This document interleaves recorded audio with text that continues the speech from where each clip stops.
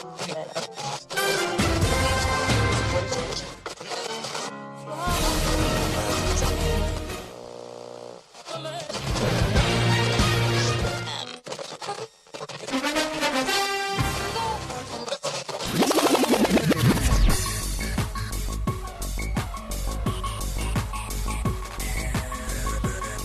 your headphones and pour your favorite beverage.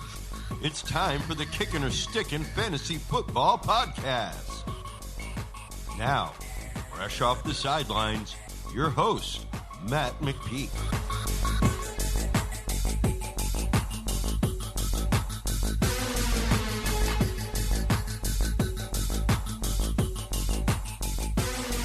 Fantasy freaks and geeks, what is up? Welcome to week 2 of the Kickin' or Stickin' Fantasy Football Podcast. Thanks for tuning in. Week 1 is in the books. It was a good week. I went 6-2 in my normal fantasy leagues. I'm not going to count my QB-only league. It's very weird scoring, blah, blah, blah, whatever. 6-2, went 6-3 with the podcast picks, which we'll get to in the latter half of this show. And I hit on quite a few of my my player calls for the game breakdowns. Jameson Crowder had a big game. Devontae Adams had a big game. Josh Jacobs. So let's get into it, man. Week 2, we got the Falcons at the Cowboys. I have one of the Cowboys in my 3-player TD score parlay, but honestly, you're going to play all your Cowboys. You're going to play Julio, Ridley. Hayden Hurst was somewhat of a disappointment in week 1. He was dealing with Jamal Adams pretty much the whole game. So the sleepers of this matchup for me would be Russell Gage. I hate the term sleepers, by the way, but I guess if there's one guy under the radar that I think should have a pretty good week, it's Russell Gage. I saw 12 targets last week. Same as Julio, same as Calvin Ridley. All 3 of them 12 targets. All 3 of them caught 9 passes. Russell Gage had 114 yards receiving. The Cowboys came into this year with a pretty thin secondary, so maybe Gage has another big game here. The Cowboys, it would be their new starting tight end, Dalton Schultz, who will get his chance with Blake Jarwin on IR now after a knee injury. Sucks for that guy. He had a lot of people thinking he was going to have a big year. Next, we got the Bills and the Dolphins. I would not play either of the Dolphins running backs. With Devontae Parker questionable, Mike Gesicki is in play, but I don't see the Dolphins putting up too many points in this game. Cam Newton had 75 yards rushing with 2 touchdowns versus the Dolphins last week. Last week. Josh Allen had 14 carries for 57 yards and a rushing touchdown in week 1 against the Jets. So I think he gets into the end zone again here against the Dolphins.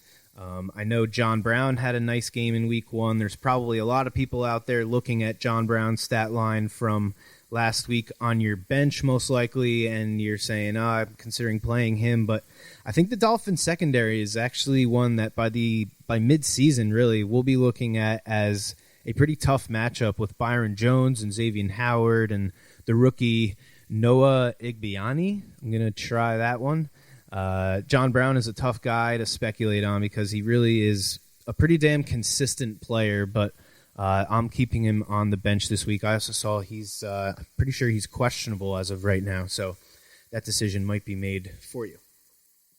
Next, we go to the NFC South, the Panthers at the Buccaneers. This is another game that I have one of the running backs in my TD parlay score, so I won't go too in-depth, but the Panthers defense was getting thrown around against the Raiders last week.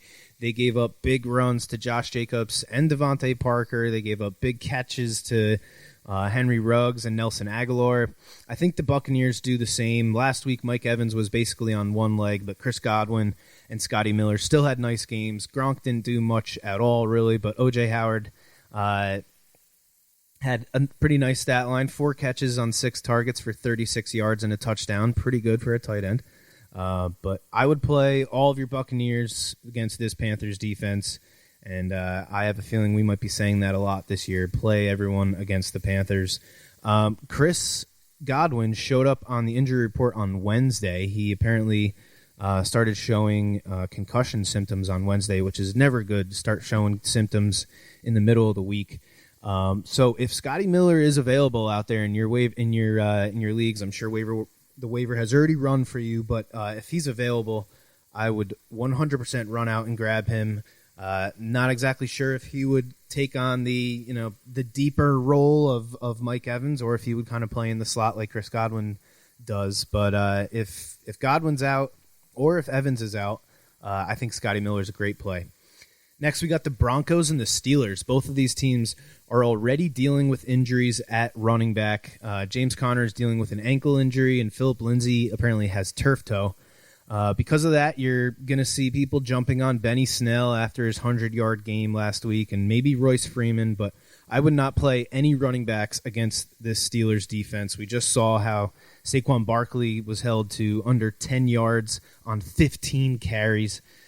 No thank you. So if you drafted Melvin Gordon as your RB2, I guess you can consider him a flex, a flex option this week. If you have another running back to throw into your RB2 spot, I would. But don't expect much. The Broncos defense didn't do too bad either, considering no preseason and very little training camp. And their first game, they got to play Derrick Henry, that monster of a man. Hell of a first game to play.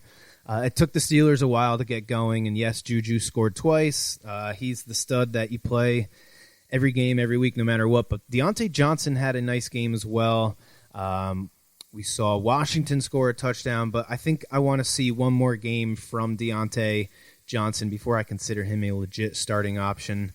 The Broncos are pretty thin on the defense. They got a couple injuries, but yeah, I'm expecting this to be a pretty defensive-heavy game. Next, we got the Lions and the Packers. I hit on my Packers call last week, said Rodgers was going to light up the Vikings and Devontae Adams would see a boatload of targets, and he did. 17 targets. Caught 14 of them for 156 yards with 2 touchdowns. I think we're going to see a lot of those kind of games from Devontae Adams this year. Rodgers had 364 passing yards and 4 touchdowns. If I have Rodgers on my team, I'm playing him again. Another NFC North, division rival. The Lions just gave up 3 touchdown passes to Mitch Trubisky. They gave up 5 yards a carry to David Montgomery. So Aaron Jones is another great play. The Packers' run defense was their biggest weakness last year. They gave up 100 yards rushing on 18 carries between Cook and Mattison last week.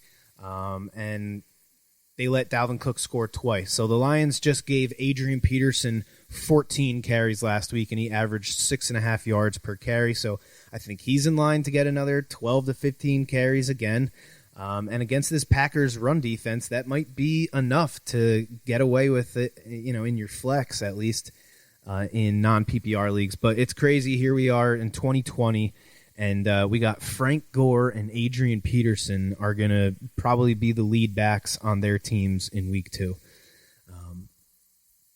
Funny how these old guys, some of them, they stick around forever, it seems like. Next, we got Jaguars at Titans.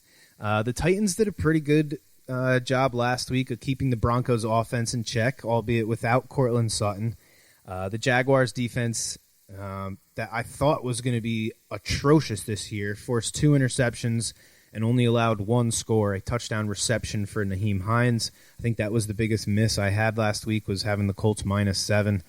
The Colts really let me down, but I'm not convinced that this Jaguars defense is that good. The Jaguars were tied for the 5th most touchdowns allowed to tight ends last year, and as we saw in week 1, the Titans love to use their tight ends. We saw it all of last year as well in the red zone. So I think Jonnu Smith is a good option this week. DJ Shark, Keelan Cole, and rookie Laviska Shenault all had touchdown catches for the Jaguars last week, but none of them had over 50 yards receiving. I think you can start DJ Shark, and I'd give the edge to Shenault over Keelan Cole just because Shenault also had 2 carries. It seems like they will be using him all over the field, like a lot of the draft analysts said that the Jaguars should use this kid.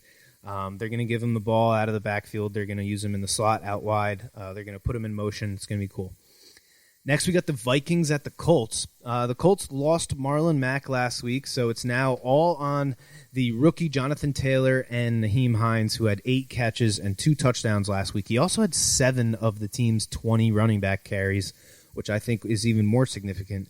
The Vikings allowed the Packers running backs to catch 9 of their 11 targets in week 1, and we know how much Phillip Rivers loves to target his running backs, so I got Hines locked into a flex spot in multiple leagues this week. And going forward, I think in PPR leagues, he's easily now a must-start, at least as a flex, if not an RB2.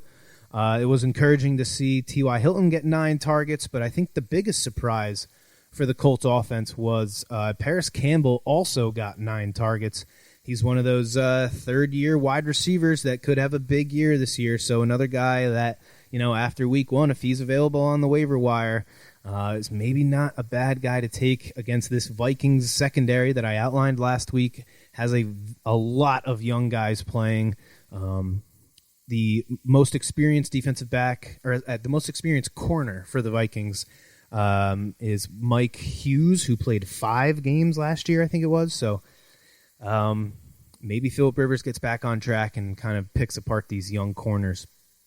Next, we got the Rams and the Eagles. Very interesting game here. Battle of the top 2 picks in 2016. The line on this game has moved crazily. I think it started as the Eagles minus 3.5, and then all of a sudden, a day later, it's the Rams minus 1.5. So a lot of people are very intrigued by this game. It is one of my picks against the spread, so I won't go too deep here. I think you start the 2 Ram wide receivers. I think you start Tyler Higbee too. The Eagles gave up a touchdown to Logan Thomas last week, so Higbee should be able to make some plays. I think the Rams running backs are in play as well. The Eagles gave up 2 rushing touchdowns to Peyton Barber. So Malcolm Brown, who also scored 2 touchdowns last week, should be pretty good. In week 1, he had 18 carries and 4 targets. Who the hell saw this coming from Malcolm Brown? Cam Akers had 15 touches as well, so I think you can still get away with flexing this dude. If it turns out to be a high-scoring game, maybe Akers sees a little bit more of the work than Malcolm Brown does. Next, we got the Giants and the Bears. This game is one of my over-unders for week 2, so stay tuned for that if you want to break down on this New York Football Giants at the Bears. Next, we got the 49ers and the I'm going to start calling them the New Jersey Jets. How about that? Another set of teams already dealing with some big injuries. Le'Veon Bell is on IR for at least 3 weeks. The 49ers allowed 180 yards rushing to the Cardinals last week.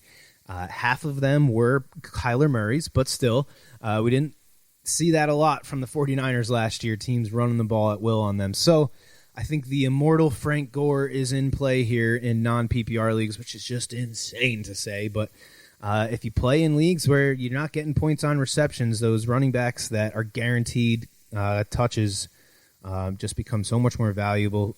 Don't forget where Gore spent the first 10 years of his career, either in San Francisco, which means revenge. Yes, our first revenge game of the year. Like I said earlier, I nailed Jamison Crowder last week. I said he would see a big target share versus the Bills, and he did. He caught 7 of his 13 targets for 115 yards and a touchdown. I did guarantee that he would have 8 catches, so I'm sorry if I missed that prop over 7.5, but still 7 catches, 13 targets, and a touchdown on over 100 yards receiving. I like him again this week. He is questionable right now with a hamstring injury, but the Jets wide receivers are just so banged up that I think if Crowder plays, he's a must-start. And the 49ers are without Richard Sherman in this game. He's on IR as well, so that's a pretty significant blow to the 49ers, who, if there was one weakness on this team, it was their cornerbacks. The 49ers offense is also hurting pretty bad. Deebo Samuels was not able to play last week, and he looks like he's no closer to being able to play this week. George Kittle has a sprained knee, and it's not clear if he's going to be able to play.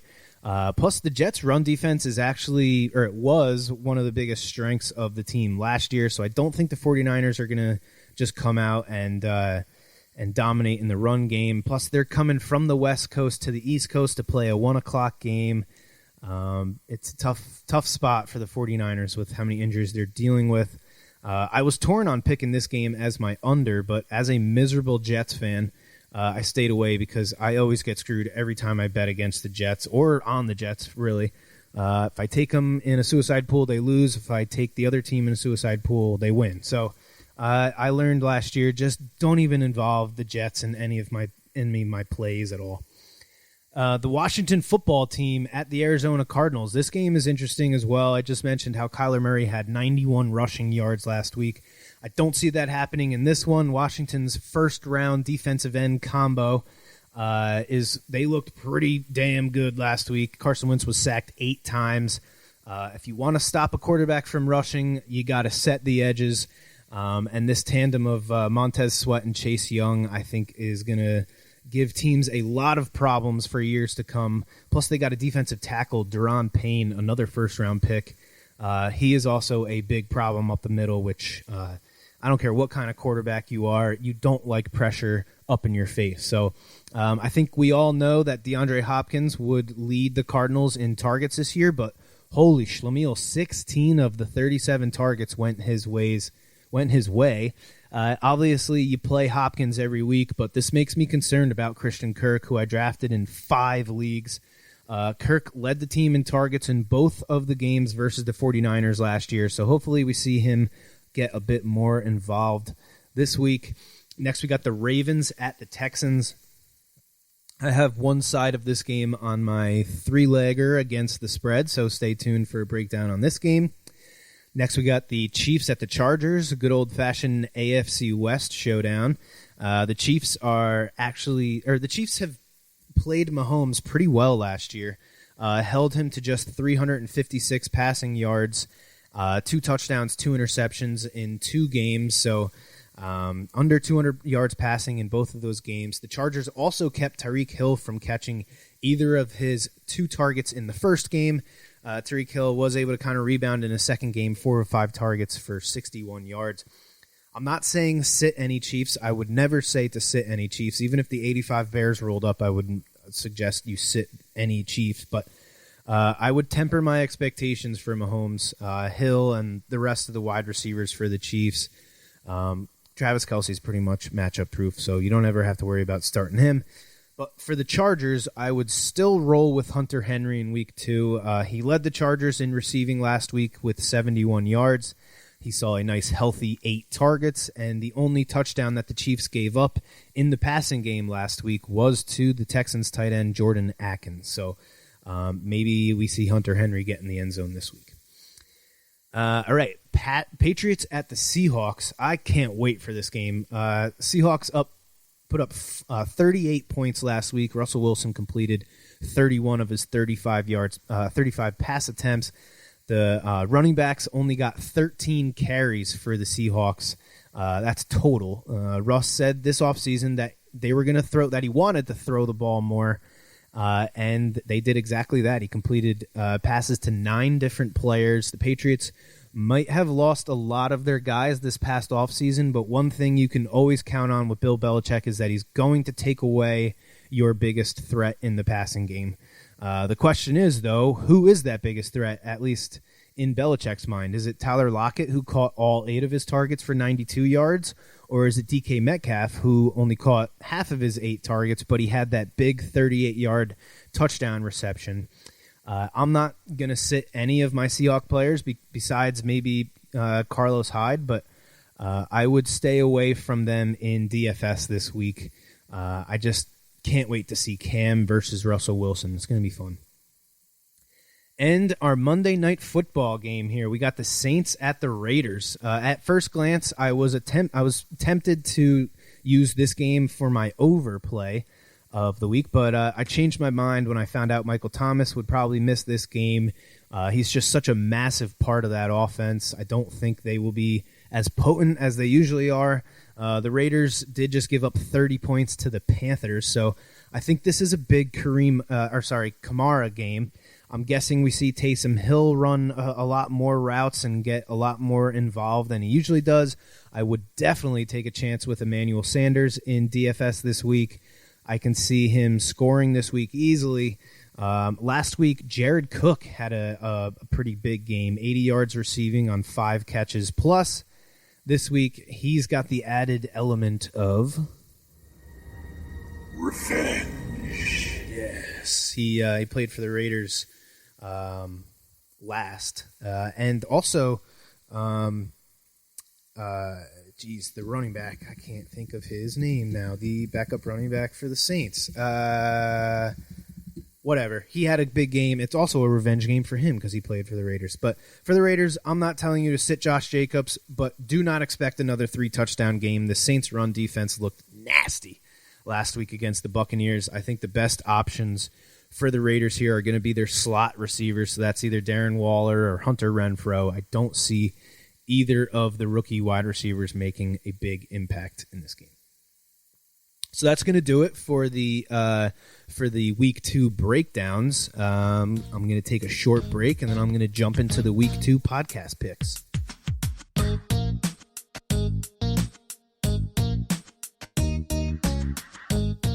All right, we're back.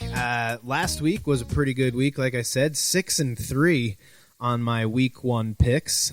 Pretty good week, if I can toot my horn a little bit. Thank you. Lots of research went into Week 1.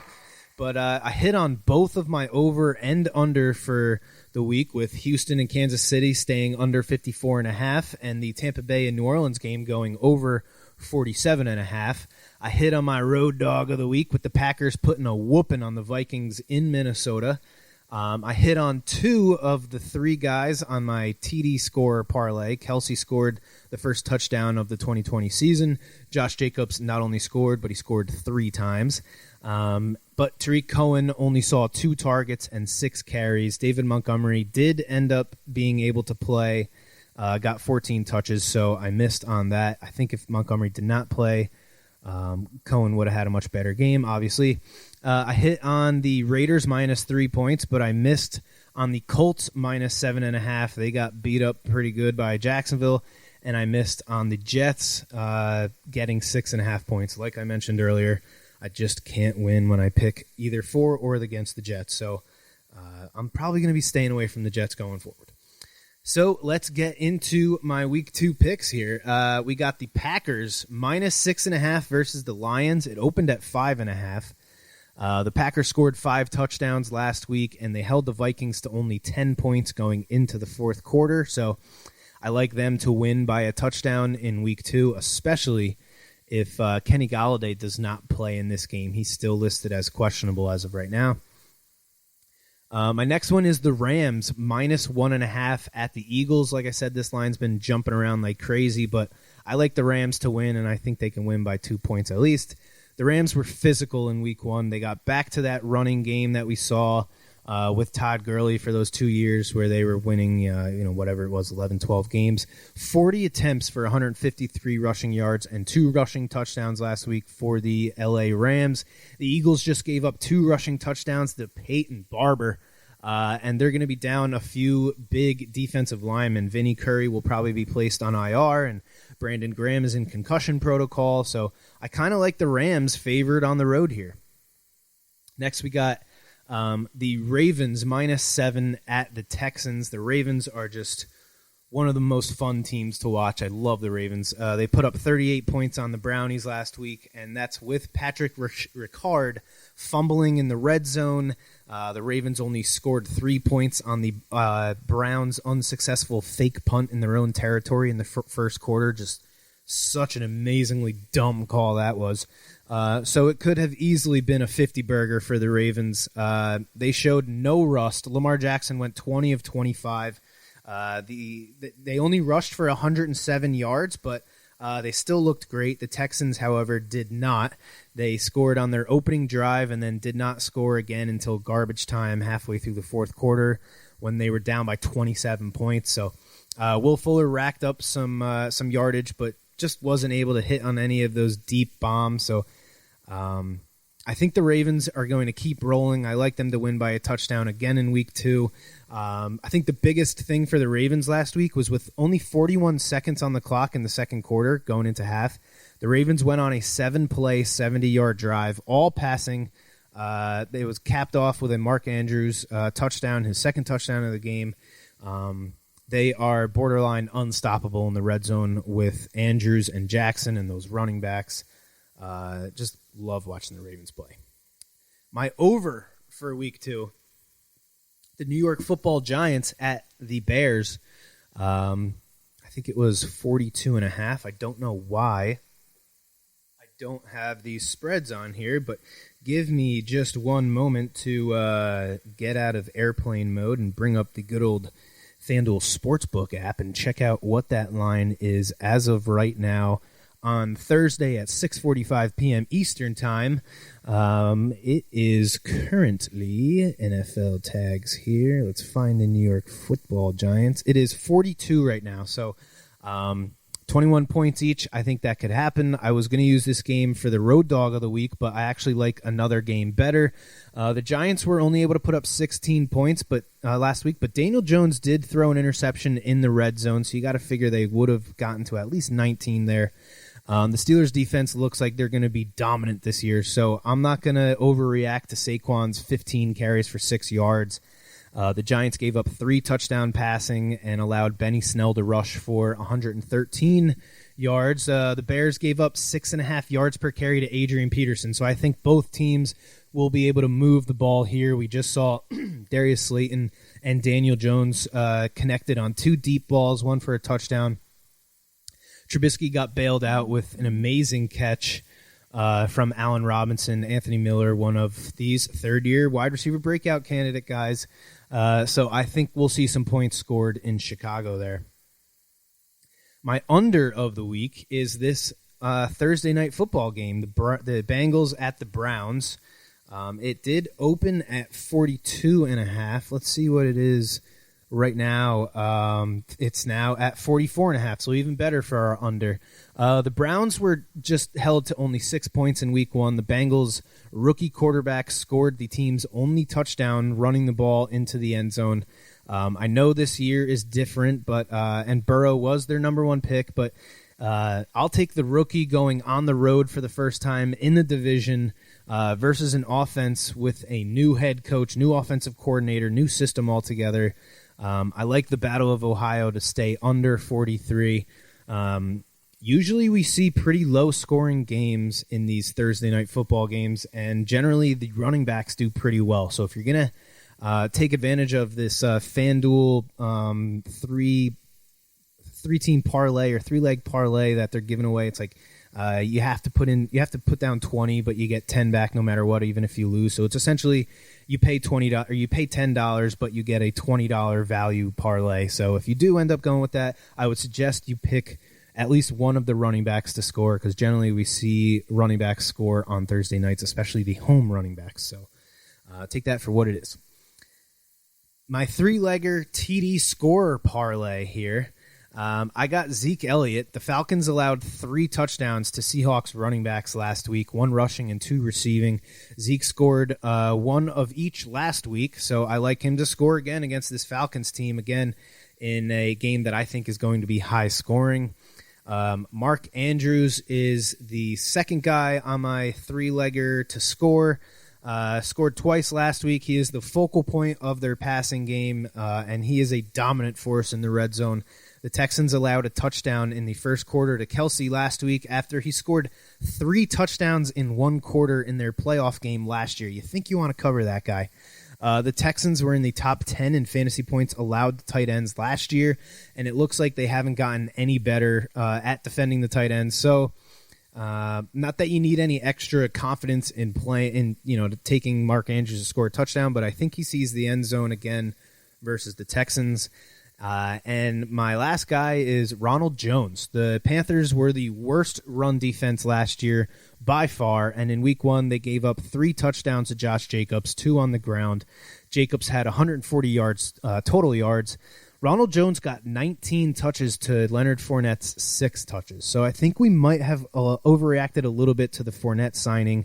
If Jones continues to run the ball well and is able to stay on the field for third down, he should be just fine. I think the Bucs are going to try to take some pressure off that passing game with their wide receivers being kind of beat up. I think they're going to let that offensive line try and push around the very young Panthers defensive line. So I like Ronald Jones in week 2.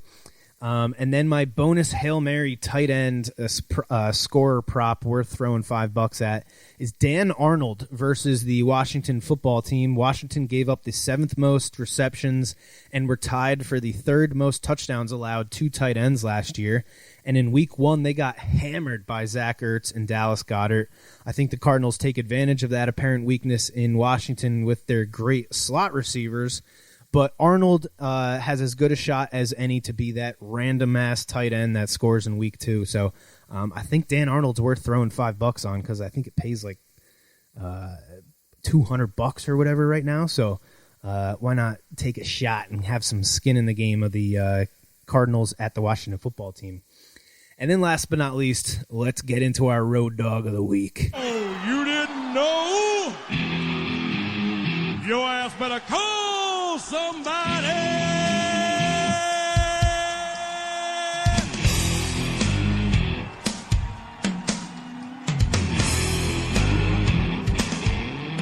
My road dog for week 2, I got the Falcons getting 4.5 points at Dallas. I think this game is going to be a shootout. The Falcons and the Seahawks were in the 3rd highest scoring game of week 1. We all know the Cowboys have an explosive offense to themselves with all those wide receivers.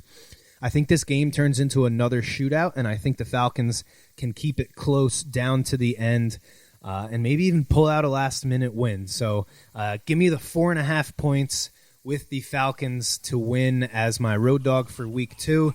And that's going to do it for the Kickin' or Stickin' Fantasy Football podcast for week 2. Thank you so much for tuning in. Make sure you check us out in week 3. And as always, may the fantasy gods be cruel to your opponents.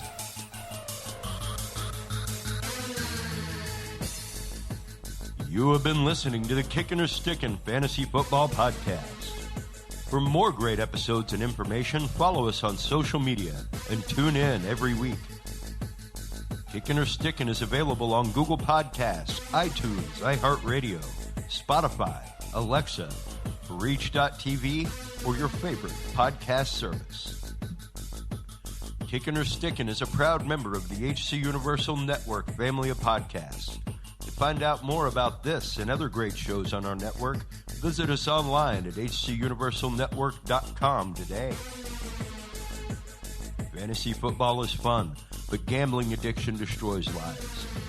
If you or someone you love suffers from gambling addiction, please do not be afraid to seek help. The National Council on Problem Gambling operates the National Problem Gambling Helpline Network. Contact them today at 1-800-522-4700. Thank you for tuning in to the Kickin' or Stickin' Fantasy Football Podcast. Please remember to play responsibly and always look for your man downfield.